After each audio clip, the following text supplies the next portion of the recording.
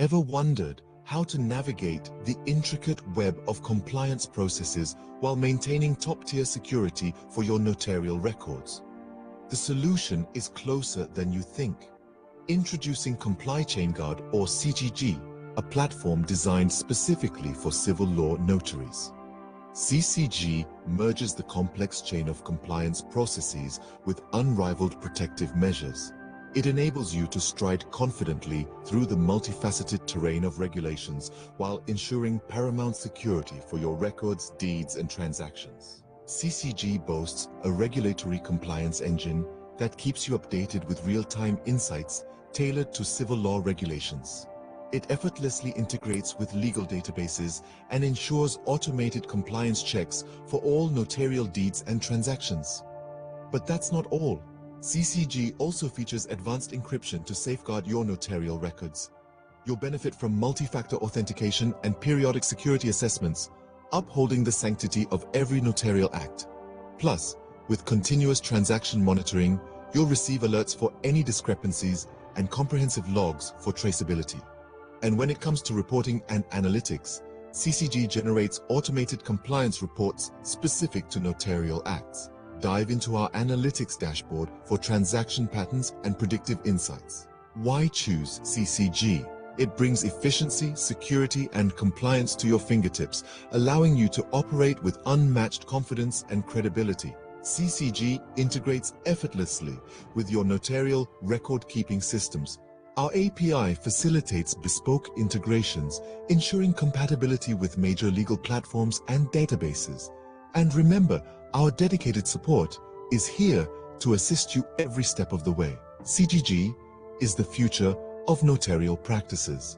It redefines your work, ensuring accuracy, credibility, and peace of mind. It's a transformative experience tailored for civil law notaries. Don't wait. Contact Comply Chain Guard for a demo or more information. Step into the future of notarial practices. Your journey to seamless compliance and robust security starts with CCG. Have you ever pondered the integral role of truth and transparency in legal transactions? Indeed, these principles form the very bedrock of justice and fairness. In the realm of affidavits, truth and transparency are paramount. They are the compass guiding the navigation of complex legal waters. But how can we ensure these principles are upheld consistently and efficiently? Enter Affinet, the affidavit network. Affinet is a groundbreaking platform designed with sovereigns, legal professionals, and businesses in mind. It is a one-stop solution for creating, verifying, and recording truth affidavits. This ensures a seamless and trustworthy experience for all parties involved. Why choose Affinet? Integrity, efficiency, security, and expertise. Our platform is built on the principle of truth, fostering transparency in each transaction. Record your affidavits with ease and access them anytime, anywhere. With state-of-the-art encryption, your documents remain confidential and secure. Plus, our team of legal professionals is always on hand to assist and guide you. Let's delve deeper into the features of Affinet. Draft your affidavits online using our user-friendly interface. Ensure the authenticity of your documents with our robust verification system. Record your affidavits in county records or publish them as required, thanks to our seamless integration with the public record. Track the status of your affidavits and receive notifications on any challenges or updates with our case management feature. Affinet is also compliant with RSIA, the Arbitration Registry Investment System Artificial Intelligence. This ensures we uphold the highest standards in the creation and verification of truth affidavits. What exactly is a truth affidavit? It's a formal written statement made under oath, asserting the veracity of specific facts. All affidavits are inherently considered to be truth affidavits, as they are the primary means for a sovereign to communicate with another sovereign or government entity. Affidavits play a crucial role in common law. They present only facts that the author can prove and are primarily used in commercial transactions and disputes. When recorded in they become part of public policy and establish the facts of a case. If unchallenged for 30 days post-recording, they become the law of the case. It's essential to remember that public policy is established for public officials, not sovereigns. Sovereigns operate in the private domain, while the government operates publicly. Affinet simplifies the process of using affidavits in corporate courts. Record the affidavit in the county record, obtain 3 certified copies from the county clerk, and submit 1 copy to the court records. Present 1 copy to the plaintiff and another to the judge during court proceedings. As the author of the affidavit, you become the creditor or secured party in the case, and the case cannot proceed until your affidavit is challenged. A truth affidavit must be truthful and complete. It should clearly identify the author as a sovereign private person, living sole, creditor, claimant, and secured party. The affidavit should only state facts that are irrefutable. In conclusion, Affinet is your trusted partner in truthful transactions. For your next affidavit, give Affinet a try. Experience the difference of a platform built on the principles of truth and transparency. Affinet, your partner in integrity. All right, so today we're going to... Welcome to the SecureBankBox 2025 Funding Expo, where the future of financial solutions unfolds before your eyes. Dive into our revolutionary liquidity management platform and advanced API integration systems that are setting the gold standard in banking technology. Experience live demonstrations and dynamic workshops led by industry leaders ready to transform your financial strategy. Network with trailblazing financial technology experts and gain invaluable insights into mortgage elimination strategies and investment management through our Gold-backed platform. Discover transformative secure banking solutions tailored for a new era of financial innovation. Don't miss the chance to access exclusive content and post-event resources designed to elevate your financial prowess. Take advantage of our early bird discounts and secure your spot in this unmissable opportunity for financial transformation and collaboration. Join us to reshape the future of banking and register today through our phone or email, setting the stage for unparalleled success with SecureBankBox. Hello there, fellow humans and robots. No judgment here. Let's talk about something exciting for a change. No, not another season of Love is Blind, but something arguably more revolutionary. SecureBankBox. Imagine a world where your financial transactions are as secure as a dictator's bunker, yet as transparent as a politician's promise. Just kidding, kind of. That's what SecureBankBox is aiming for. A platform that's shaking up the financial and logistics industries one blockchain at a time. No more confusing jargon. I promise mostly. We're talking about a system that combines the best of both worlds, the security of Fort Knox and the efficiency of, well, something very efficient. Think of it as your trusty old bank, but with a futuristic upgrade that even Elon Musk would approve of. So buckle up, buttercups, because we're about to dive into the wild world of SecureBankBox. Now, before you zone out at the mere mention of blockchain, let me assure you, this isn't your average tech jargon. This is the good stuff, making your online banking seamless and reliable. SecureBankBox utilizes blockchain technology. Think of it as a digital ledger distributed across a network. Every transaction is verified by multiple parties, making it tamper-proof. And then there are smart contracts, self-executing agreements. They automatically enforce agreed terms. Finally, data tokenization masks sensitive data, replacing it with non-sensitive equivalents. Let's be honest. Traditional banking can be about as exciting as watching paint dry. But SecureBankBox is here to add a splash of color. And by color, I mean efficiency and security. Banks are facing a digital revolution, and SecureBankBox is handing them the tools to thrive. One of the biggest pain points in the financial world is risk. SecureBankBox steps in with its blockchain-powered shield, reducing these risks significantly. Transactions are transparent and traceable, making it much harder for fraudulent activities to slip through the cracks. And let's not forget about speed. With SecureBankBox, those days are gone. Transactions are processed faster and more efficiently, making everyone's lives a little less stressful. International trade. The paperwork, the regulations, the endless back and forth. It's enough to make you want to pack it all in and open a lemonade stand. But fear not. Global Traders' SecureBankBox is here to streamline the process and make cross-border transactions smoother.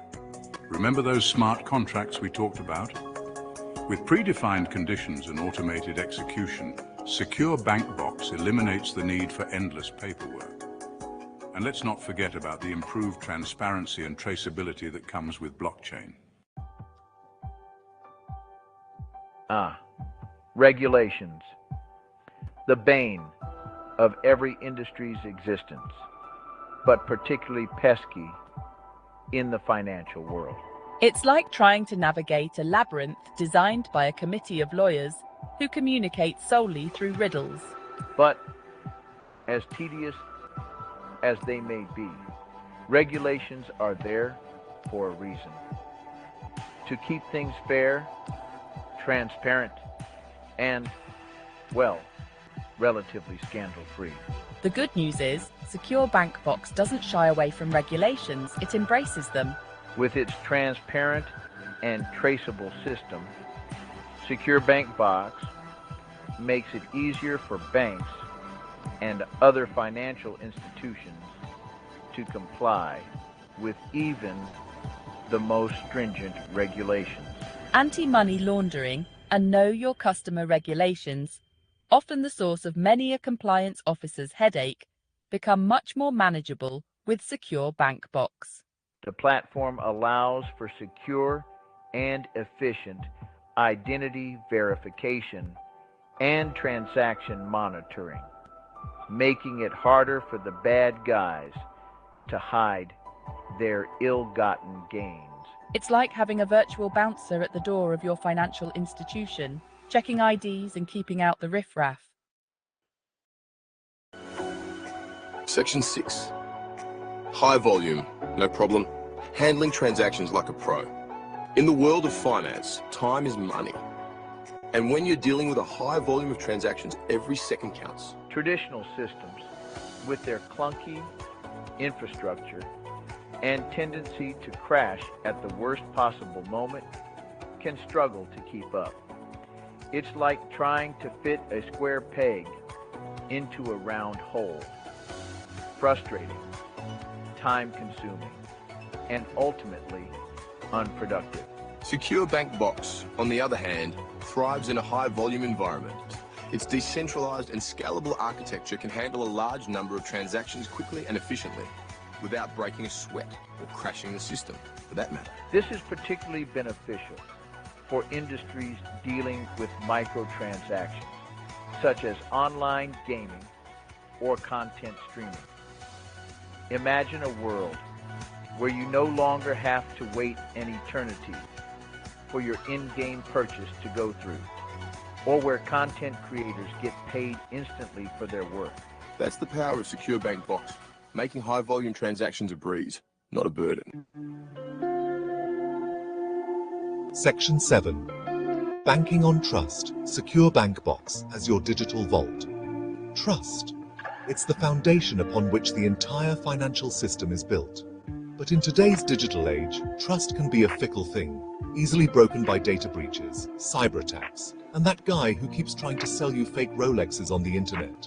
SecureBankBox aims to restore trust in the digital world by providing a secure and transparent platform for managing sensitive information. One of its key features is trust administration. This allows for the secure and transparent management of digital assets, such as wills, contracts, and intellectual property rights. Think of it as a digital vault for your most important documents, protected by the power of blockchain technology. No more worrying about lost paperwork, stolen identities, or that rogue intern who keeps using the office printer to make counterfeit concert tickets. I'm on to you, Dave. Section 8. When things get messy, arbitration made easier. Let's face it, disagreements happen, even in the seemingly civilized world of finance. Whether it's a dispute over a contract, a disagreement about payment terms, or simply a misunderstanding about who ate the last donut, conflicts are an inevitable part of life. Traditionally, resolving these disputes can be a long and arduous process, involving lawyers, courts, and enough paperwork to make a rainforest weep. But with SecureBankBox, legal arbitration becomes a much smoother process. Remember those smart contracts we talked about earlier? They come in handy here too. By outlining the terms of agreement in a clear and concise manner, smart contracts can help prevent disputes from arising in the first place. And if a dispute does arise, the transparent and tamper-proof nature of blockchain makes it easier to determine the facts and reach a fair resolution. It's like having a virtual judge and jury, except they're not allowed to be swayed by emotional pleas or the defendant's adorable puppy dog eyes. Section 9.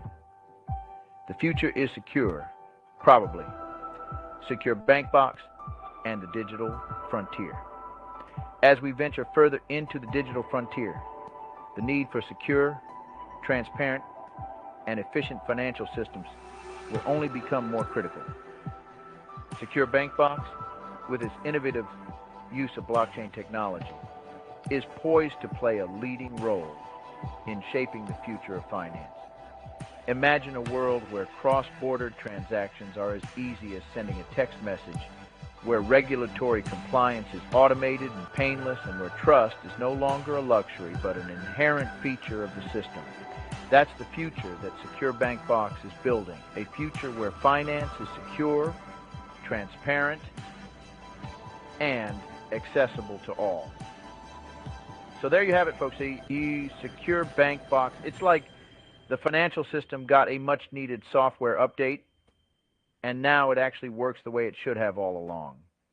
Now, if you'll excuse me, I have to go deal with intern Dave, who appears to be building cryptocurrency mining operation in the office basement. Some things never change. Hey.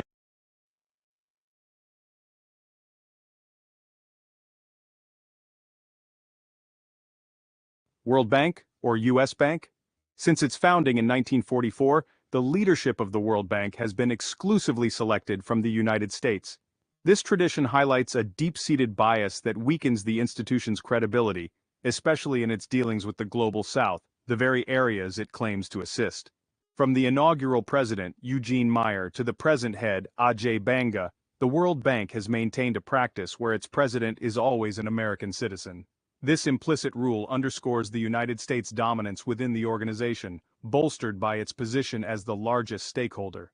This tradition has profound consequences. An American-led leadership monopoly suggests a built-in favoritism towards the United States' economic and political agendas. Choices regarding development funding and structural changes often embody a neoliberal approach favored by Western countries.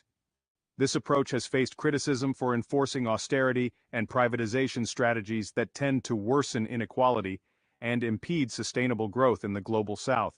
The absence of diversity at the top perpetuates the view of the World Bank as a Western instrument rather than a genuinely international entity. For Global South nations which make up most of its beneficiaries, the lack of leadership that mirrors their experiences and viewpoints raises issues about fair representation. U.S. supremacy in leadership ensures that the institution's policies are more aligned with Western strategic goals than with the distinct needs of beneficiary countries. For instance, World Bank initiatives have frequently been accused of favoring resource extraction or trade liberalization that benefits multinational corporations over projects addressing local development needs. Let's now take a closer look at the leadership of the IMF over the years. IMF for Europe. The International Monetary Fund, IMF, similar to the World Bank, has been a fundamental element of global financial management since its creation in 1944. Its leadership tradition is just as exclusive, with Europeans consistently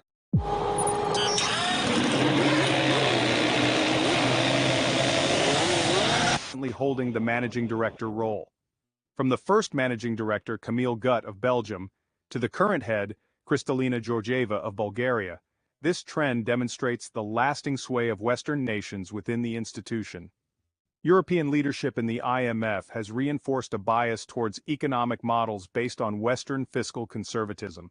Policies typically stress austerity, privatization, and liberalization, reflecting the priorities of advanced European economies rather than the developmental requirements of the Global South. The predominance of European leaders sustains an institutional bias that marginalizes the interests of developing nations. Despite the IMF's global mission, its leadership does not represent the diversity of its member countries, especially those most impacted by its policies. The partnership between the US and Europe to share leadership roles in the IMF and World Bank has created a governance framework that centralizes decision-making power within the Western Bloc. This arrangement excludes nations from Asia, Africa, and Latin America, maintaining a colonial-era perspective in global economic governance. BRICS stance on IMF. BRICS leaders have consistently advocated for reforms in global financial institutions like the International Monetary Fund, IMF, and the World Bank, emphasizing the need for these institutions to better represent emerging economies. For instance, during the 6th BRICS Summit in 2014, the leaders expressed disappointment with the non-implementation of the 2010 IMF reforms, stating that this inaction negatively impacts the IMF's legitimacy, credibility, and effectiveness. In October 2024, Russian Finance Minister Anton Siluanov stated, "The IMF and the World Bank are not performing their roles. They are not working in the interests of BRICS countries." He called for the formation of new institutions tailored to BRICS' interests, suggesting that the existing global financial system is controlled by Western countries and does not adequately serve BRICS nations. Additionally, during the 16th BRICS Summit in Kazan, Russia, in October 2024, Brazilian President Luiz Inácio Lula da Silva remarked that the group's new development bank, NDB, was designed as an alternative to what he referred to as failing Bretton Woods institutions like the IMF. He emphasized the need for BRICS nations to create alternative payment methods, highlighting a desire to reduce reliance on traditional Western-dominated financial systems. Why are countries unhappy with these financial institutions? To understand this, we first need to explore what constitutes the terms of a fair loan. Different types of the loans. A fair loan offers reasonable terms that support sustainable economic growth without overburdening the borrower. Key features include reasonable interest rates, flexible repayment schedules, transparency in terms, minimal conditionality, and a focus on long-term development. Conversely, an unfair loan imposes harsh conditions such as high interest rates, rigid repayment plans, lack of transparency, stringent policy requirements, and a short-term focus that can lead to economic strain and loss of sovereignty. The IMF primarily targets macroeconomic stabilization through structural adjustment programs, or SAPs, that enforce austerity measures, privatization, deregulation, and trade liberalization. While these measures aim to reduce deficits and control inflation, they often limit national sovereignty and can lead to increased poverty and unemployment. The IMF's one-size-fits-all approach may not consider each country's unique context, potentially resulting in debt dependency without addressing fundamental economic issues. The BRICS New Development Bank, or NDB, established in 2015, offers a different model by financing infrastructure, renewable energy, and sustainable projects with more flexible and borrower-friendly terms. The NDB imposes fewer policy conditions, allowing greater economic autonomy for borrowing countries. It emphasizes regional cooperation and transparency, aiming to provide tailored solutions that align with the unique economic and social contexts of its member nations. However, as a newer institution, the NDB has a limited track record and faces challenges in ensuring equitable representation among BRICS members. The BRICS nations are advocating for reforms that better match the economic realities of the 21st century. They argue that the current IMF and WTO frameworks disproportionately benefit wealthier nations and do not adequately address the priorities of the Global South. Their demands include altering the IMF's quota system to give emerging economies more influence and fully restoring the WTO's dispute resolution mechanism. Consequently, the Global South is dedicated to overhauling the existing Western-dominated financial system and is even exploring the creation of alternative institutions to meet its needs. In this video, we delve into the roots of the widespread dissatisfaction with the IMF and examine the policies in various Global South countries where IMF-supported loans have had detrimental effects on both the population and the economy. Let's begin. Which BRICS or Global South nations have suffered negative impacts from IMF loans and the policies they enforced? Let's analyze every country's case of IMF loan and its consequences. Nigeria. By the mid-1980s, Nigeria was experiencing a significant economic downturn marked by declining oil revenues, increasing external debt, and shrinking foreign reserves. Under General Ibrahim Babangida, the country launched a Structural Adjustment Program, or SAP, in July 1986, developed with the International Monetary Fund, or IMF. The SAP aimed to diversify the economy beyond oil exports, promote non-oil industries, and achieve fiscal balance. However, it also caused immediate hardship Big ideas for Nigerians. The devaluation of the currency led to inflation, increasing the cost of imported goods and essentials, while the removal of subsidies raised living expenses for low-income individuals. Public discontent culminated in the anti-SAP riots from May to June 1989. The protests began on May 24, 1989, at the University of Benin, where students marched with a mock coffin and green leaves, chanting slogans like "SAP must go" and "SAP is a vampire." The movement quickly spread nationwide, uniting students, workers, and other groups in major cities such as Lagos, Ibadan, and Benin City, leading to significant clashes with security forces. The government's response, which involved deploying the military, resulted in numerous casualties and arrests. The SAP's strict policies contracted the economy, increased unemployment, and degraded public services. These austerity measures heavily impacted the social fabric, exacerbating poverty and inequality. The government's forceful suppression of dissent further destabilized the political landscape, undermining public trust in leadership. While some argue that these reforms were necessary for ensuring Nigeria's long-term economic stability, the immediate social costs were substantial. This era is often cited as a cautionary example of the risks associated with adopting externally imposed economic measures without adequate social safety nets. Let's take a quick pause. If you've enjoyed the video so far, could we ask a small favor? Hitting the like button helps us reach a broader audience, and sharing your thoughts or feedback in the comments makes an even bigger impact. Thank you for watching. Now, let's dive back in. In the late 1990s, Indonesia was severely impacted by the Asian financial crisis, facing a sharp decline in the rupiah's value, soaring inflation, and extreme economic instability. In October 1997, President Suharto's administration secured a $43 billion bailout from the International Monetary Fund. The subsequent austerity measures ignited widespread public anger. By May 1998, nationwide protests escalated into violent riots in Jakarta and other regions. Demonstrators targeted symbols of wealth and power, leading to extensive property damage and looting, much of which was directed at the Chinese-Indonesian community. The government responded by deploying military forces to restore order, resulting in numerous deaths. Estimates vary, but some sources report over 1,000 fatalities. Diminished public trust in Suharto's leadership, combined with increasing pressure, ultimately forced him to resign on May 21, 1998, after 31 years in power. The events of 1998 marked the start of Indonesia's reformasi era, characterized by democratic reforms and greater governmental transparency.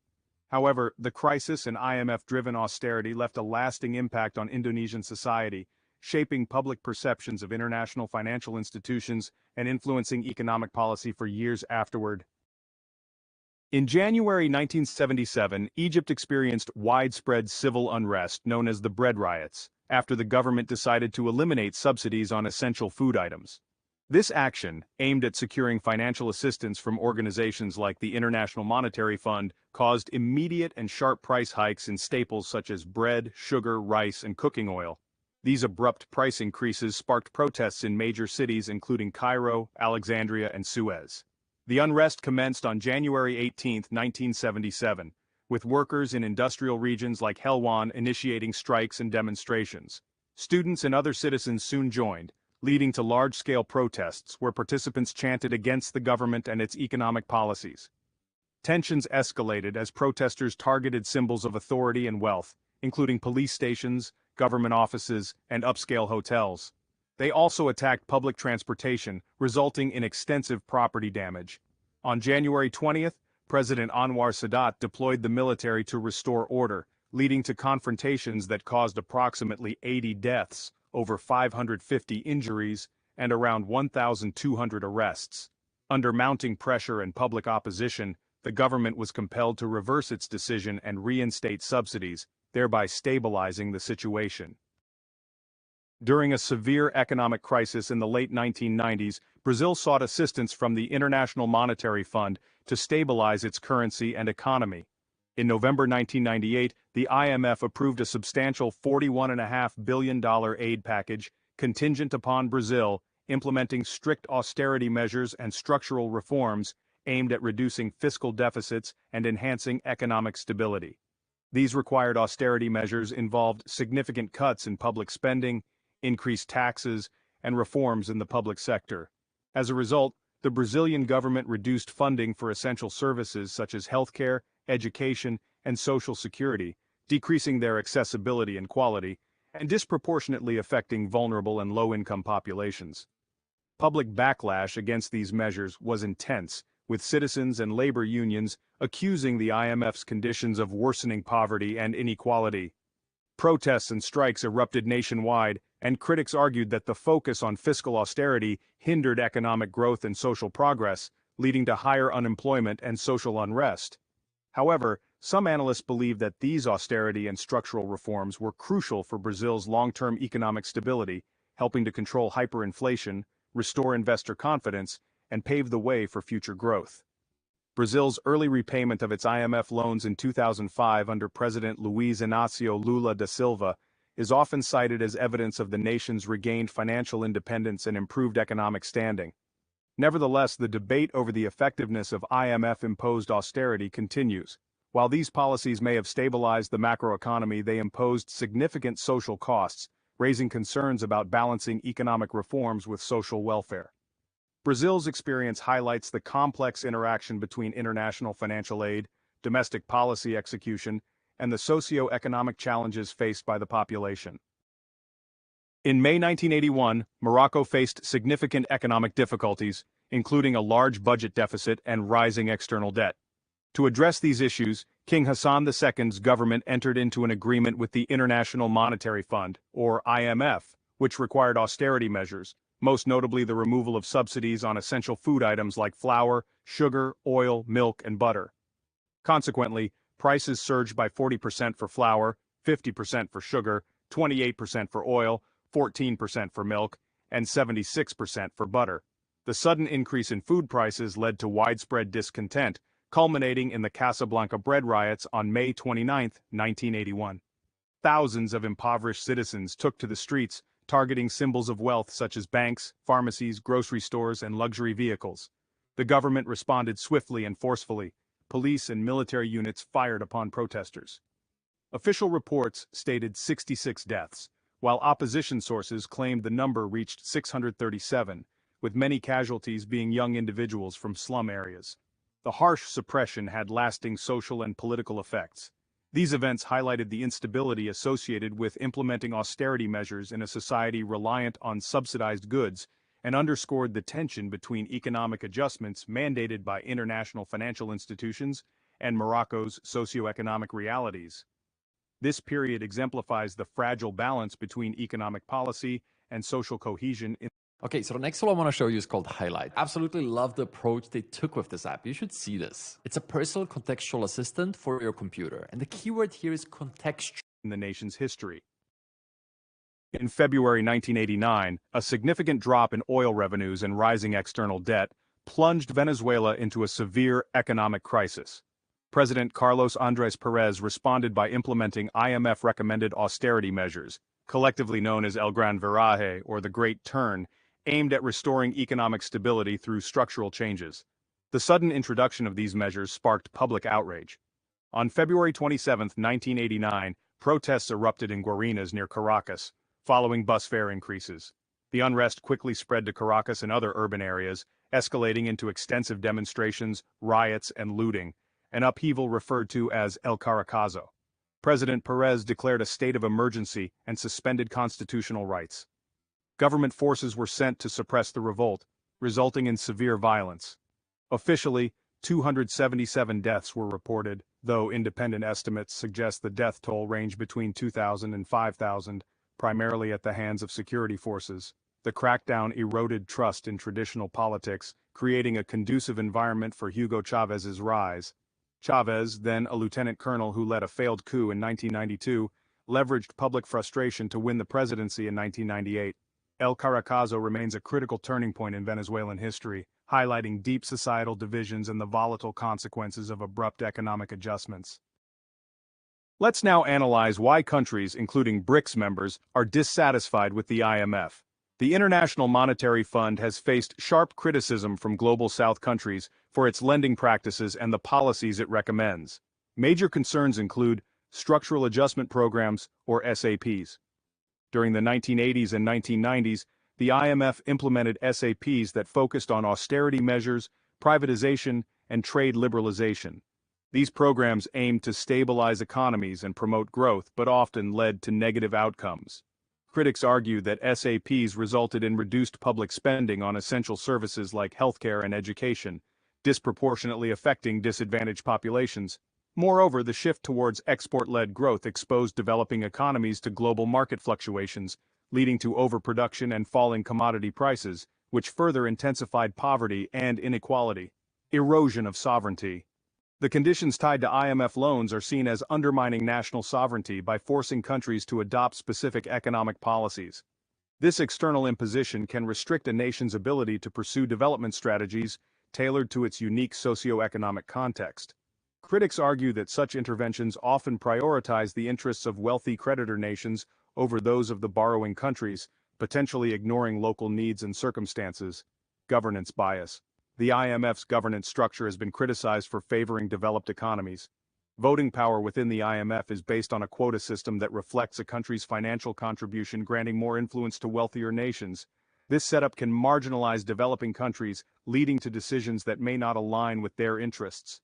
Efforts to reform this system have been slow, and disparities in representation persist, reinforcing perceptions of the IMF as a neo-colonial institution.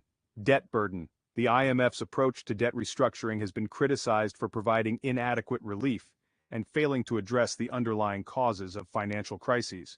Without a fair global legal framework, debtor nations often face unfavorable terms, trapping them in cycles of borrowing and repayment that hinder sustainable development. This situation can lead to prolonged economic stagnation and increased dependency on external assistance. Impact on social services. IMF-led fiscal consolidation typically involves cutting public spending on crucial services such as health and education. This hampers long-term development and widens social disparities, as reduced investments in these areas worsen outcomes for disadvantaged communities. These criticisms highlight the complex relationship between the IMF and Global South nations, emphasizing the need for reforms that promote inclusive growth while respecting national sovereignty. BRICS alternatives. The BRICS nations have been actively creating financial mechanisms to offer alternatives to traditional Western-dominated institutions like the International Monetary Fund, or IMF. This effort aims to increase financial independence and reduce reliance on the United States dollar in international transactions. New Development Bank, or NDB. Founded in 2015, the NDB focuses on financing infrastructure and sustainable development projects within BRICS countries and other emerging economies. With an initial authorized capital of $100 billion, the NDB seeks to complement existing financial institutions by providing financing without the stringent conditions often associated with the IMF. This approach grants member countries greater flexibility in pursuing their development objectives.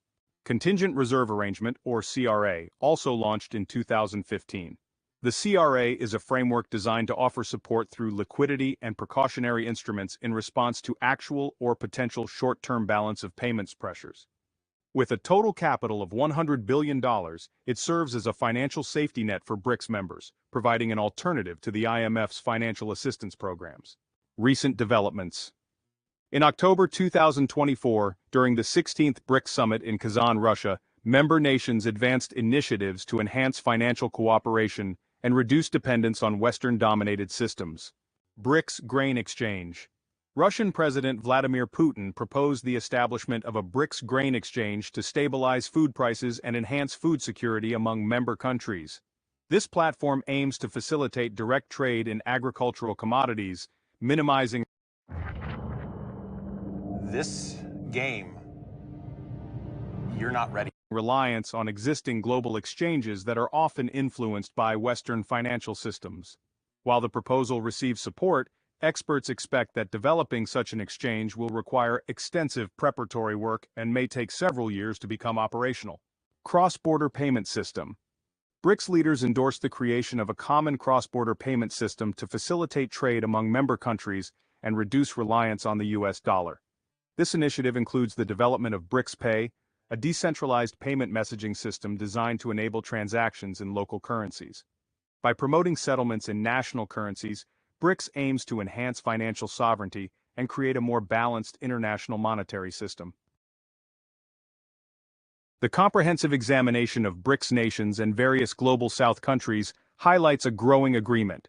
Traditional financial institutions like the International Monetary Fund (IMF) and the World Trade Organization (WTO) are increasingly viewed as outdated and misaligned with the current global economic environment. Several key factors contribute to this sense of dissatisfaction and the movement towards alternatives. Traditional institutions often operate with opaque decision-making processes, making it difficult for member nations to fully understand and influence policies that directly impact their economies. This secrecy breeds mistrust, as countries feel excluded from meaningful participation in shaping the rules that govern global finance and trade. The governance structures of institutions like the IMF and WTO inherently favor wealthier, more developed nations. The quota system in the IMF, for instance, grants disproportionate voting power to countries that contribute the most financially marginalizing emerging economies and the Global South. This imbalance perpetuates a system where the interests of affluent nations take precedence, leading to policies that may not align with the unique needs and circumstances of less wealthy countries. The intricate and often rigid frameworks of these institutions can be cumbersome and inflexible, making it challenging for countries to implement policies that are tailored to their specific economic contexts. Structural adjustment programs, SAPs, while intended to stabilize economies, have frequently resulted in adverse social outcomes, such as increased poverty and inequality, highlighting the disconnect between imposed economic reforms and local realities. These shortcomings have fueled widespread dissatisfaction and a demand for more equitable and transparent financial governance. BRICS nations, alongside other members of the Global South, are actively seeking to redefine the global financial order by developing alternative institutions like the New Development Bank, NDB, and the Contingent Reserve Arrangement, CRA. These initiatives aim to provide more balanced representation, greater financial independence, and policies that better reflect the diverse economic landscapes of emerging economies. Moreover, the establishment of platforms such as the BRICS Grain Exchange and the creation of a common cross-border payment system exemplify the commitment to reducing reliance on Western-dominated systems and fostering a more inclusive and cooperative global financial environment. That's all for this video. Thank you for watching this video. We sincerely appreciate you joining us today. If our content resonated with you or sparked inspiration, please consider expressing your support by liking it and subscribing to stay connected with our community. Your support holds immense value for us. You can watch another video of our channel, which is now on the screen.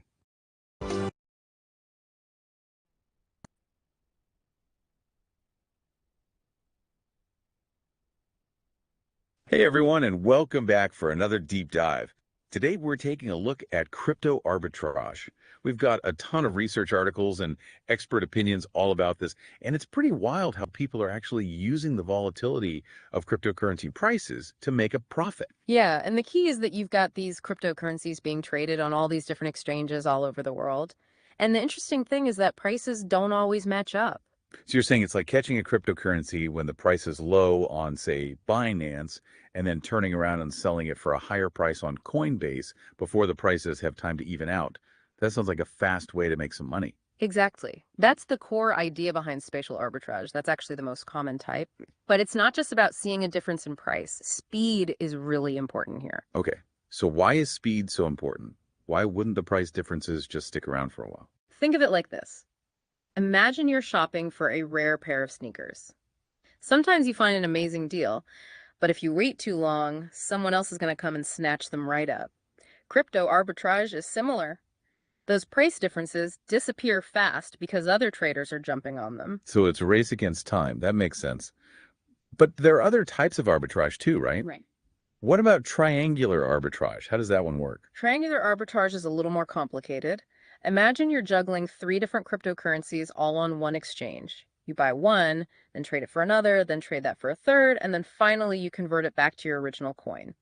The goal is to take advantage of the small price differences between those exchange rates. Wow, it sounds like a pretty intricate dance of trades. How do people even keep track of all those moving parts? Well, that's where technology comes in.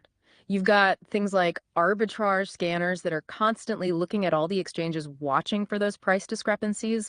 Some of them are so advanced that they can analyze all the data in real time and alert you to a possible opportunity in a fraction of a second. So it's like having a personal assistant sifting through all that information and pointing you to the best deals. That's a good way to put it.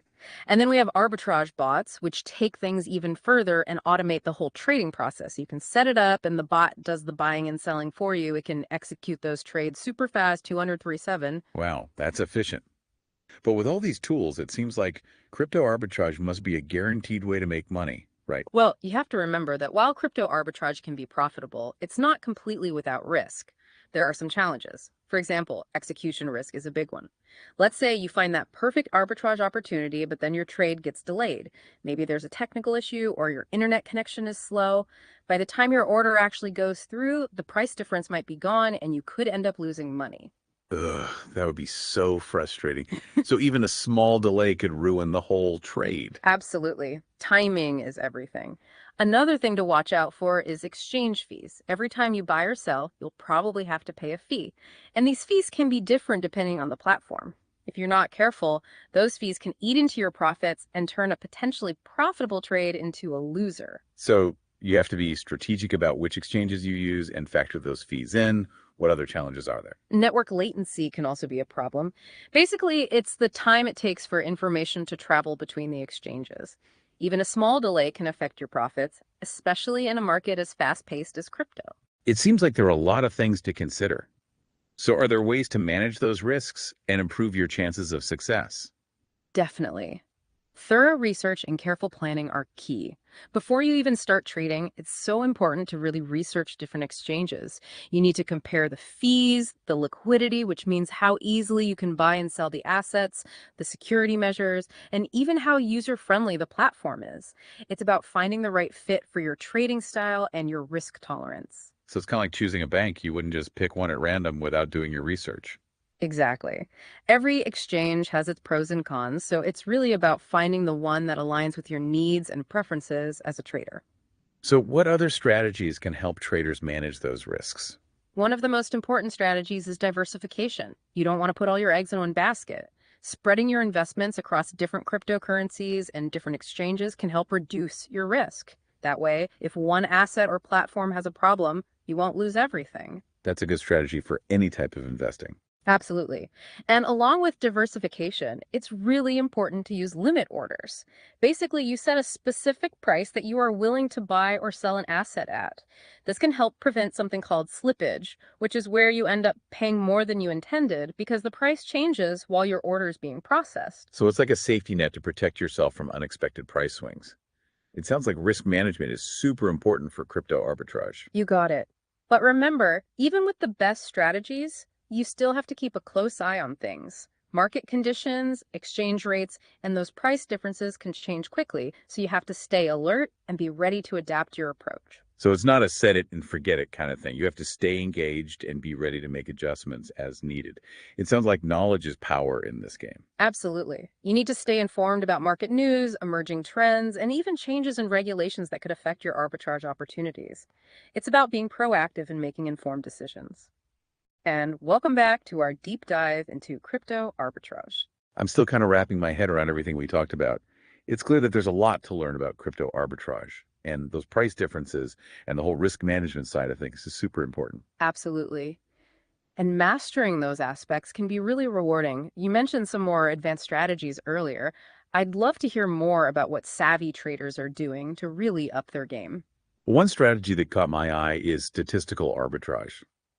Unlike spatial or triangular arbitrage, where you're looking for price differences between exchanges or trading pairs, statistical arbitrage seems like it's all about historical data and algorithms. You're right. It does involve diving into those areas. It sounds pretty complicated, though. Do you have to be like a math genius to make money with this type of arbitrage? Not necessarily. While it does involve some complex calculations, there are actually tools and platforms out there that are designed to make it more accessible to everyday traders. The main idea with statistical arbitrage is to use all that historical data to find patterns and those little inefficiencies that sometimes pop up in the market. So you're basically looking for those moments when the market kind of goes a little crazy and then using that to your advantage. That's a really good way to put it. It's about finding those opportunities when the price of a cryptocurrency isn't doing what you'd expect based on historical trends. These opportunities don't last long, and they can happen for all sorts of reasons, like news events or just the general mood of the market. Even random fluctuations in trading activity can create these little opportunities. So how does this translate into actual trading strategies? What does statistical arbitrage look like in practice? Well, often it involves using algorithms and these quantitative models to identify those inefficiencies and then automatically execute trades to capitalize on them. These algorithms can process huge amounts of data really fast, looking for patterns that humans might not even notice. It's like having a supercomputer working for you 24/7, constantly scanning the market for hidden opportunities. But even with all that advanced technology, there must still be risks involved, right? Of course. Even the most sophisticated algorithms can't predict everything. The crypto market is constantly changing. Unexpected things can happen and disrupt even well-established patterns. So it's still important to understand what's going on in the market and not just rely on algorithms to make all the decisions. Exactly. Statistical arbitrage can be a very powerful tool, but you have to use it wisely and in conjunction with other risk management strategies. It's also really important to choose reliable platforms and tools that have been tested and vetted for security. That makes sense. So statistical arbitrage is all about finding those hidden patterns in the market and then exploiting them for profit. But it's not a magic solution. It still requires research and planning and careful risk management, just like any other trading strategy. You're absolutely right. And speaking of risk management, let's circle back to those key principles we discussed earlier: diversification, limit orders, and continuous monitoring. They are all essential for success in any kind of crypto arbitrage, especially when you're dealing with more complex strategies like statistical arbitrage. It's like laying a strong foundation for your trading activities. The stronger the foundation, the better prepared you are to deal with the ups and downs of the market. That's a great analogy. And another critical aspect of risk management is understanding your own risk tolerance. You need to ask yourself, how much am I comfortable potentially losing if things don't go as planned? What are my financial goals? How does crypto arbitrage fit into my overall investment strategy? These are important questions for every trader to consider. It's not just about blindly chasing arbitrage opportunities. It's about being honest with yourself about your financial situation and the level of risk you're comfortable taking. Exactly. It's crucial to have a well-defined plan and stick to it even when things get a little crazy in the market. Emotional trading, making decisions based on fear or excitement, can lead to impulsive choices, which can often result in losses, especially in the fast-paced world of crypto. That's so true. It's easy to get caught up in the excitement of potential profits and make rash decisions, but staying grounded and sticking to your strategy is key. Couldn't agree more. And always remember that learning and adapting are ongoing processes. The crypto market is like a moving target, so staying current on the latest trends, technologies, and regulations is really important. There are always new tools and strategies being developed, so stay curious and never stop learning. That's fantastic advice. It sounds like success in crypto arbitrage, or any type of trading really, comes down to knowledge, strategy, discipline, and a willingness to adapt as needed. Absolutely. It's not a get-rich-quick scheme, that's for sure, but with careful planning, a commitment to continuous learning, and a good dose of caution, it can be both rewarding and intellectually stimulating. Now that we've covered those core principles, I want to go back to something we touched on earlier, microcap cryptocurrencies. Can you remind us what those are and how they relate to the world of crypto arbitrage? Sure. Microcap cryptocurrencies, or microcaps for short, are cryptocurrencies that have a relatively small market capitalization. They're kind of like the emerging startups of the crypto world. They often represent newer, less established projects. This often means they come with more volatility and risk, but there's also the potential for greater rewards if they are successful. Right. We talked about how they offer higher potential rewards, but also come with greater risks. What are some key things to look at when you're evaluating a microcap cryptocurrency, especially in the context of arbitrage? It's really important to go beyond just looking at the price chart. You need to do your homework and really understand the fundamentals of the project itself. So what are some specific things to look for? Well, start by looking at the team behind the project. Do they have a good track record? Are they transparent about their goals, their progress, and the challenges they face? A strong and experienced team can really make a difference in a project's success. It makes sense. Like investing in any startup.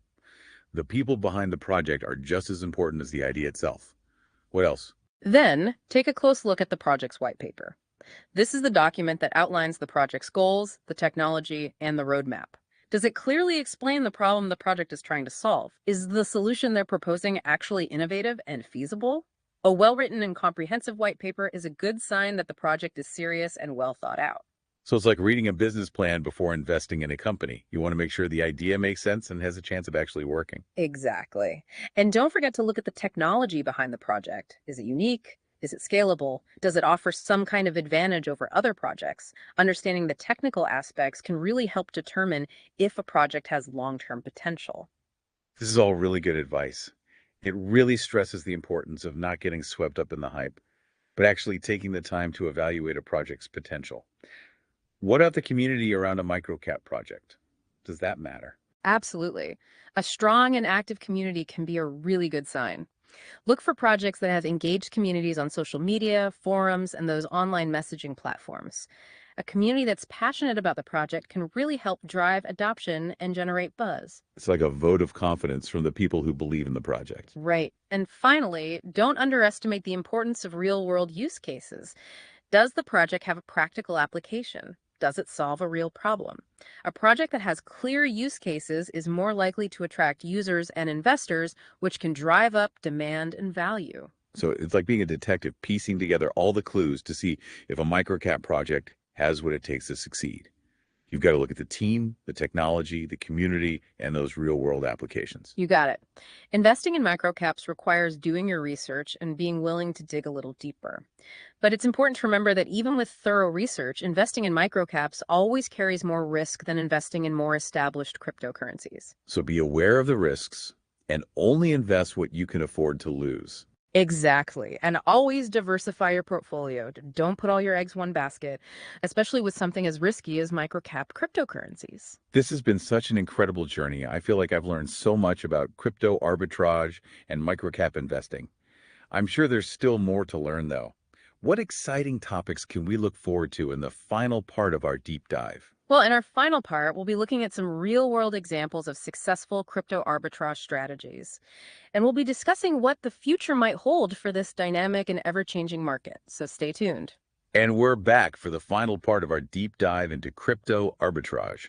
Time to put all this knowledge into action. We've covered a lot of ground. Spatial, triangular, statistical arbitrage, and even the world of microcap investing. My head is spinning, but in a good way. It's pretty exciting to think about all the possibilities. That's the spirit. Remember, the crypto world never stands still. There are always new opportunities out there for those who are willing to learn and stay ahead of the curve. You mentioned earlier some real-world examples of those crypto arbitrage strategies in action. I'd love to hear about how this actually plays out. How are people using these concepts to actually make money? Sure. One really interesting example is from back in 2017. A trader figured out how to take advantage of something called the kimchi premium. The kimchi premium. I've never heard of that. What is it? Well, basically, Bitcoin was trading at a much higher price on South Korean exchanges than on exchanges in other parts of the world. Demand was really high in South Korea, which drove the price up. So it's like Bitcoin was selling at a premium price in South Korea. Exactly. And this trader saw an opportunity. They started buying Bitcoin on exchanges outside of South Korea where the price was lower. Then they would turn around and sell it on the South Korean exchanges for a profit. That's spatial arbitrage in action. Finding that price difference and taking advantage of it. Yep, that's exactly it. The trader made a significant profit. But of course, it's not quite as simple as it sounds. There are things like transaction fees, withdrawal limits on those exchanges, and sometimes even regulatory hurdles that you have to take into account. Right. So it's not just a matter of buy low, sell high. There's more to it than that. Definitely. To be successful, you need to not only find those opportunities, but also be able to navigate all the ins and outs of the global crypto ecosystem. Makes sense. Do you have any other examples that might show the different types of arbitrage strategies? Sure. There was this group of traders who created a sophisticated algorithm that could identify those triangular arbitrage opportunities across multiple exchanges. So they were using technology to automate the process of finding those tiny price differences, right? Exactly. The algorithm was constantly checking the prices of all those different cryptocurrencies on different exchanges. Wow, that sounds super complex. How did they even build something like that? Well, it involved a lot of advanced programming, understanding how the market works, and a whole lot of testing. So it wasn't just a matter of plugging in some numbers and letting it run. They had to have real expertise and constantly be refining their approach. Absolutely. A lot of success in crypto arbitrage comes down to pushing the boundaries of technology and being innovative so you can stay ahead in a market that moves really fast. These real-world examples are fascinating. It's really cool to see how those theoretical concepts we talked about can be put into practice to make real money. As we wrap up our deep dive, I'm curious about the future of crypto arbitrage. What does the road ahead look like? That's a great question. As the crypto market matures and becomes more efficient, those traditional arbitrage opportunities might become less common. So is that it for crypto arbitrage? Is the golden age over? Not necessarily. The landscape might be changing, but there are always new opportunities popping up. The rise of decentralized finance, or DeFi, is creating a lot of exciting new possibilities for people looking to get into arbitrage. DeFi. We hear that term everywhere these days. What exactly is it, and how does it connect to crypto arbitrage? Okay, so DeFi refers to this whole ecosystem of financial applications that are built on blockchain technology.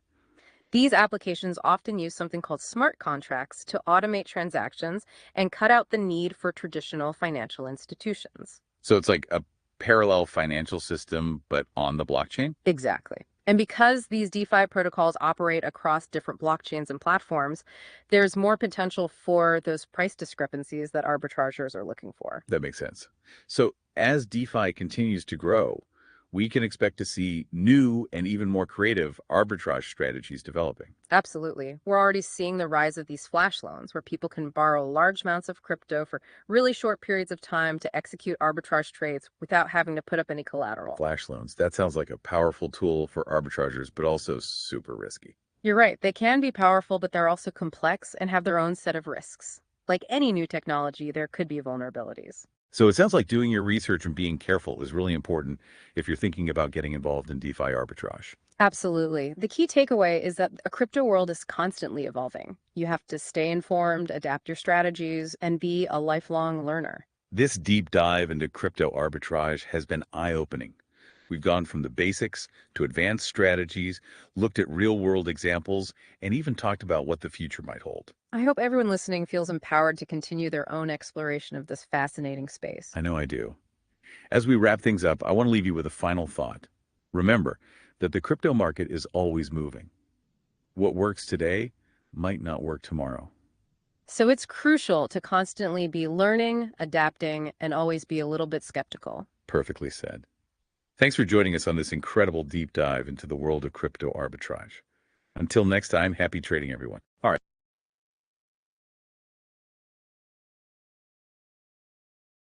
Introducing the revolutionary gold-backed system from SecureBankBox, where traditional gold value meets cutting-edge financial technology. Authored by Registry Officer Bidzeel Bey. The future of trust currency unveils a meticulously documented system backed by 1/1000th ounces of gold per gold-back unit. These are securely stored in top-tier vaults and regularly audited by firms like Ernst & Young and Deloitte, ensuring unparalleled transparency and security. Harness the power of military-grade encryption and blockchain technology for seamless management, trusted by institutional investors and trustees. The gold-back-to-trust ratio framework bridges the gap between tokenized gold assets and traditional trust structures, setting a new standard for value. Our platform supports global operations, integrating digital systems and ensuring regulatory compliance across multiple jurisdictions. Enhance your trust management with reduced administrative tasks, maintaining the highest security standards. Discover the future of trust management and investment with our innovative gold-backed system, your gateway to secure and efficient finance.